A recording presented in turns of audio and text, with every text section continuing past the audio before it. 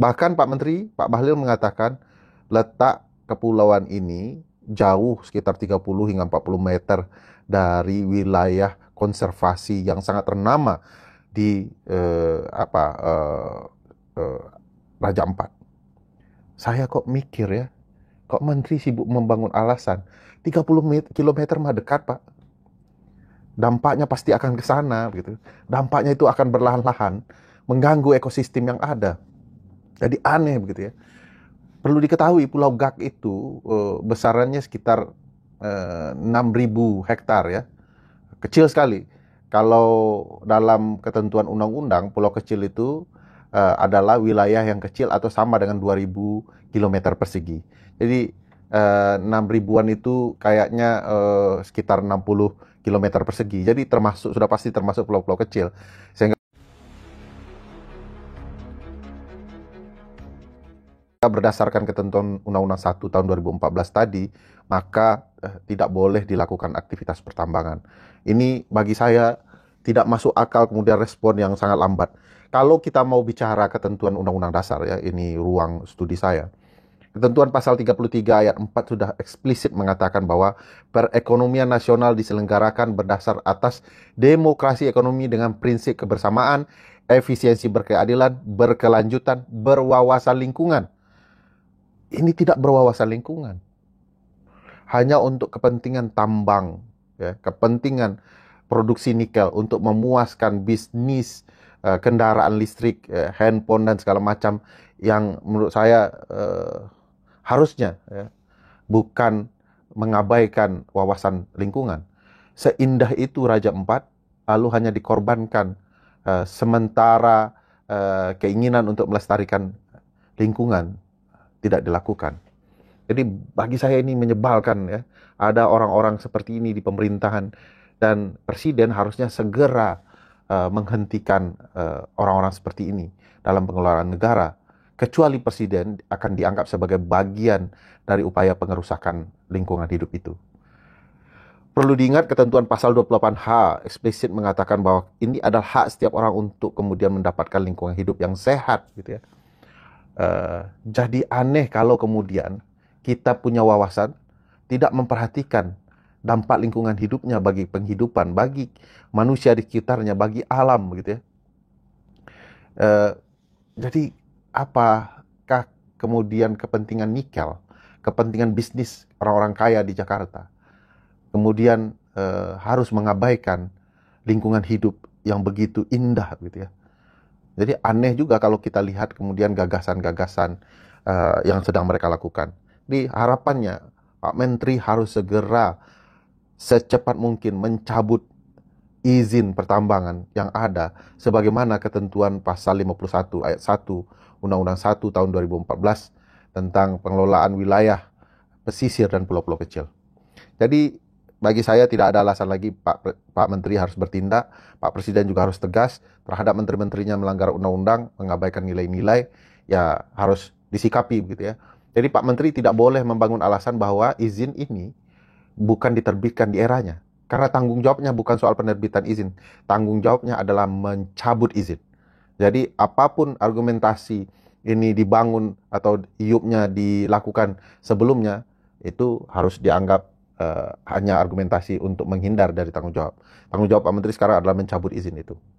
Nah berikutnya, pertanyaan yang besar yang ada adalah, kok bisa ada izin di wilayah pulau-pulau kecil kita, padahal itu tidak boleh, terlarang gitu ya.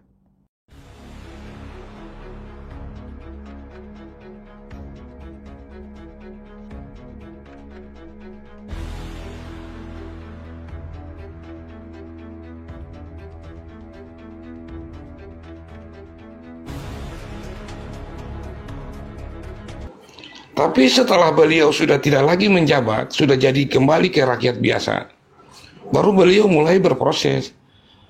Menurut saya, supaya memang identitas dokumen pribadinya pun tidak bisa dipublikasikan kemana-mana, walaupun itu oleh lembaga negara resmi, kecuali pengadilan ketika diminta. Nah sekarang kalau karena tuntutan masyarakat untuk menunjukkan ijazah asli beliau, lalu kemudian Barreskrim yang atau Polri atau siapapun yang tidak punya hak menunjukkan, berarti kesannya Polri melanggar ketentuan ini, Bang. Itu menurut saya lagi, Bang. Makasih. Oke, Bang ER tadi melarikan saya tentang yang berhak pengadilan. Pada tanggal 18 bulan 4 2023 ada pengadilan pidana. Awal mulanya Gus Nur dan Bambang Tri itu membicarakan tentang biografi Undercover 2 terkait pendidikan Jokowi. Ketika dia mau melaporkan perdata, belum apa-apa diproses, dia ditangkap. Dengan apa? Dengan pasal 1415 nomor 1 Undang-Undang tahun 1946, berita bohong berdampak kegaduhan. Singkat cerita, disidanglah di Surakarta 6 kali sidang. Dan ketika jaksa menuntut Undang-Undang nomor 1 pasal 1415, ditanyakan lagi kepada terdakwa Bambang Gus Nur. Pak Jaksa menuduh saya dengan undang-undang berita bohong berdampak kegaduhan. Tolong dong buktikan bahwa kebenaran itu saya lihat. Dari mana saya dituntut dengan pasal itu? Kegaduhan yang mana yang saya lihat? Nggak dibalas. Nah, disingkat masuk ke ranah sidang keempat, itu Egy Sujana sebagai pengacara Gus Nur Bambang Tri pada saat itu memohon kepada hakim untuk menghadirkan alat bukti utama, yaitu saksi satu, yaitu Jokowi, untuk menghadirkan ijazah aslinya, SMA pada saat itu, bukan insinyur. Nah, ketika itu dibawalah sama pengacara dan ditampilkan nama jaksa sebuah fotokopi dan legalisir. Kan tadi berbicara pengadilan, di bawahnya bukan aslinya fotokopi. Di situ keterangan saksi dari 6 sidang, 35 orang saksi dari murid SD, SMP, SMA-nya itu nggak pernah lihat fisik aslinya. Jaksa, pengacaranya, dan hakim pun belum pernah melihat. Makanya hakim belum memutuskan asli palsunya, tiba-tiba diputuskan Undang-Undang pasal 1415 tahun 46, 6 tahun. Nah, setelah menjalani putusan ingkrah, akhirnya kasasi ya ketemulah di Pengadilan Semarang 3 kali sidang. Nah, banding Bang, dari pasal 1416 itu akhirnya runut ke pasal 28 ayat 2 larangan kebencian. Disinilah ada rekayasa hukum. Makanya ketika masih berkuasa, dia bisa kok Bang mengintimidasi sebagai pemegang otoritas. Buktinya KPK bisa dilemahin dengan revisi Undang-Undang 19 tahun 2029. Apalagi pengadilan. Tahu gak Bang dampaknya Bang? Dampaknya waktu pemerintahan rejim Jokowi, 3 hakim tuh Bang, yang mana telah menghadiri tentang hukum dan politik. Pertama, yang kena 60 miliar itu indikasi gratifikasi CEO minyak itu adalah hakim Ketua Kejaksaan Tinggi Jakarta Selatan Muhammad Ripai Nurtanto, yang mana dia pernah menolak pra-peradilannya Asto, telah menolak gugatan perdatanya Egy Sujana. Nah, akhirnya kita lihat-lihat ujung-ujungnya akhirnya dikena terkait masalah hukum. Dia itu ketangkap atau gimana? Ketangkap OTT apa gimana tuh? Tangkap kejaksaan kemarin kan? OTT ya Kak? Enggak, bukan OTT, langsung aja dia kan berdasarkan mafia hukum, laporan, siapa namanya itu laporan tuh, ketangkap dulu tuh yang mafia hukum. Nah, yang kedua lagi siapa namanya? Dia lagi menghadiri sidang Lembong belum kelar, tiba-tiba kena juga. Jadi rentetan rentetan ini kita melihat, oh iya, dulu yang menyidang KM 50 siapa sih? Siapa? Muhammad Ripai Nurtanta kalau nggak salah itu namanya. Ketua Pengadilan Jakarta Selatan. Oke, kita pindah ya Bang. Ini Pak Laude dari tadi tuh. Pak Laude, mangga masuk. Ya, siap Bunda, siap ya. Saya lebih nikmat mendengarkan sebenarnya Bunda. Apalagi terkait soal ijazah ini kan sampai saat ini masih terus menjadi polemik. Karena belum ada rasa kepuasan dari masyarakat itu sendiri. Tapi kalau menurut saya sebagai orang awam ini ya, seandainya institusi kepolisian betul-betul serius menegakkan hukum ini barang tidak susah sebenarnya kalau menurut saya. Apalagi Bunda Dewi tadi kan sudah menjelaskan bagaimana proses pendidikan itu, sistemnya seperti apa. Selama ini kan yang saya selalu perhatikan di sosmed, khususnya di TikTok ini kan selalu mereka perdebatkan soal fisik ijazah itu sendiri. Tapi mereka lupa dari esensi ijazah itu sendiri. Iya. Seharusnya ijazah itu kan seharusnya seharusnya harus kita perdebatkan adalah bagaimana cara mendapatkan ijazah itu. Kan gitu. Nah, itu seharusnya harus kita perdebatkan, perbincangkan. Karena ijazah ini kan sebenarnya tidak serta-merta didapatkan. Dia harus memperoleh jalur pendidikan secara benar. Kan itu sebenarnya harus kita diskusikan dulu. Proses mendapatkan ijazah itu bukan pada langsung fisiknya. Kalau bicara masalah fisik itu sebenarnya gampang dibantah, gampang diada-adakan. Yang susah itu cara mendapatkan ijazah itu. Karena perlu kita ketahui dulu apa itu ijazah. Kan ijazah itu kan sebuah dokumen yang dikeluarkan oleh lembaga tertentu, khususnya UGM ini kan. Tapi dengan catatan dia sudah mengikuti proses akademik, kan gitu. Seharusnya itu harus kita diskusikan. Kalau kepolisian mau bekerja harus dua cara yang harus dilakukan. Pertama, dia harus selidiki dulu apakah Jokowi ini betul-betul kuliah di UGM. Maka di sana dia harus masuk. Dia harus temukan data-datanya dulu. Apakah itu daftar hadir, skripsinya, dan segala sesuatunya lah. Kan gitu. iya banyak di situ. Itu Banyak yang harus. parameter.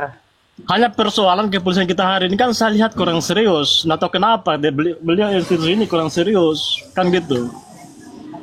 Makanya saya sebagai masyarakat, saya berpikir negatif sama institusi ini.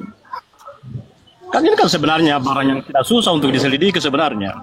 Hanya kan kita juga di sosmed ini selalu perdebatkan soal fisik ijazah itu.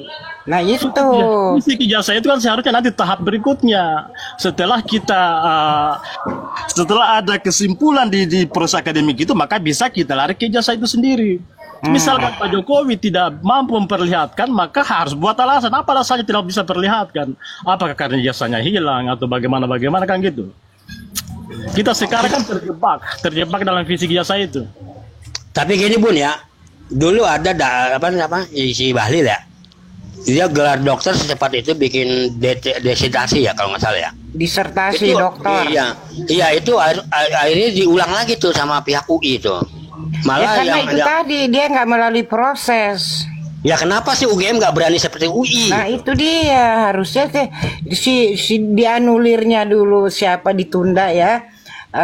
Pengukuhan doktornya Pak Bahlil itu karena dicurigai dia hanya setahun kan mengikuti pendidikan itu. Padahal sebenarnya kalau level dokter itu tiga semester itu ya. Kan itu alasannya Bun, alasannya. Bunda Dewi, alasan banyak. kalau saya jadi penyidik itu ya, Bunda Dewi bisa jadikan sebagai ahli karena Bunda Dewi kan seorang akademisi. Jadi Bunda Dewi ini tahu bagaimana proses akademik itu berlangsung. Kan bisa ditanya soal itu. Ya insya Allah tahu sih untuk S2 karena kita lalui kan, bukan artinya sekedar kita maksudnya gini loh ya. Memang saya bukan keahlian saya juga, tapi saya ada dalam proses itu. Jadi itu yang saya punya pengalaman dengan itu. Saya dulu tuh begini, baru bisa ujian ini, semua prosedur itu harus diikuti itu ya. Jadi sebenarnya saya berpikir ceroboh juga loh Bareskrim ini, ceroboh sebenarnya. harusnya sebelum dia itu tayangkan hasil apa itu identifikasinya itu harus betul-betul harus betul-betul di apa ya diteliti lagi gitu, karena ini untuk masyarakat kan, apalagi kalau berkaitan dengan pendidikan ini kan nggak perlu ahli sebenarnya ya, orang yang udah pernah melalui pendidikan itu pasti tahu gitu bahwa kita tuh melalui proses ini. Nah di situ kelihatan gitu, oh ini kok untuk meraih insinyur kenapa hanya 122 SKS ya, tanda tanya lagi kan. Nah, itu kan untuk sarjana muda gitu ya. Iya. Artinya kan gini, Iya. kalau bicara masalah ahli, untuk menghadirkan ahli di baik untuk untuk memperoleh keterangan itu kan, kalau dalam dunia hukum itu memang harus dibutuhkan syarat formal. Syarat formalnya itu adalah dia harus punya sertifikat sebagai ahli. Tapi kalau untuk mendapatkan informasi kan saya rasa sah-sah aja. Untuk Iya, mendapatkan harusnya gitu, sah-sah aja. Maksudnya maksudnya orang yang paham gitu, bukan asli ya, yang paham. yang paham kan gitu. Kayak misalnya gini ya, ijazah SMA-nya tuh dia bilang disetujui oleh dekan, paku dan rektor. Nah, masa ijazah SMA dekan dan rektor, setahu saya itu kan bukan setahu saya, kan kepala sekolah itu kan kalau SMA ya. Kalau dekan atau rektor itu baru untuk ijazah sarjana, tapi itu dia taruh. Nah di situ juga kehilapan di situ. Jadi artinya karena banyak hal situ nggak jeli ya, menimbulkan lagi pertanyaan. Berarti ini salah-salah. Orang bisa kan berasumsi ya, oh ini nggak benar nih. Orang nggak benar bagi yang paham gitu. Dari situ aja kita bisa tahu ini asal gitu. Itu sih. Permasalahan ini ya. Bentar ya. 2 menit. 1 menit. Permasalahan gini Bunda. Kenapa sih